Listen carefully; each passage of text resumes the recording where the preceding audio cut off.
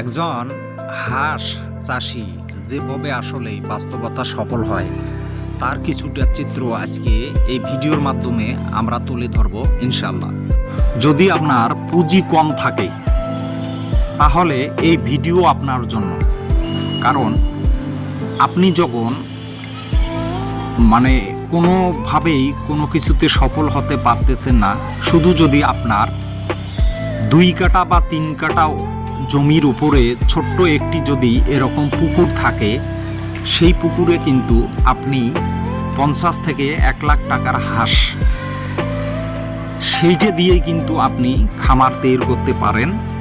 যেমন এই ভিডিওতে আপনারা দেখতেছেন একজন সফল খামারি কিভাবে এতগুলো হাঁস দিয়ে সে সফলভাবে একটা ফার্ম তৈরি করেছেন।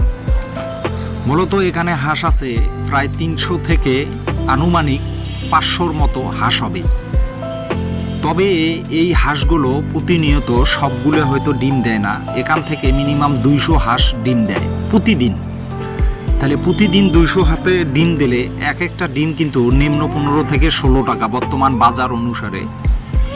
সেই ক্ষেত্রে আপনি কিন্তু এরকম একটি এই পুকুর এবং সেই পুকুরে কিছু পুঁজি খাটিয়ে আপনি কিন্তু সফলভাবে এই হাঁসের খামার তৈরি করতে পারেন।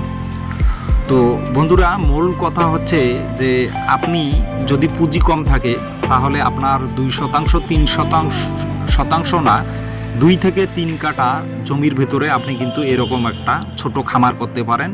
এবং আপনারা সবাই জানেন যে হাঁসের খামারে কিন্তু ক্ষতিটা কম হয়, বিশেষ করে মুরগির খামারে কিন্তু অনেক ক্ষতি হয়, কিন্তু ইনশাল্লাহ হাঁসের খামারে কিন্তু ততটা ক্ষতি হয় না। আপনারা চাইলে কিন্তু এরকম হাঁসের খামার করে আপনারা কিন্তু সফল হতে পারেন।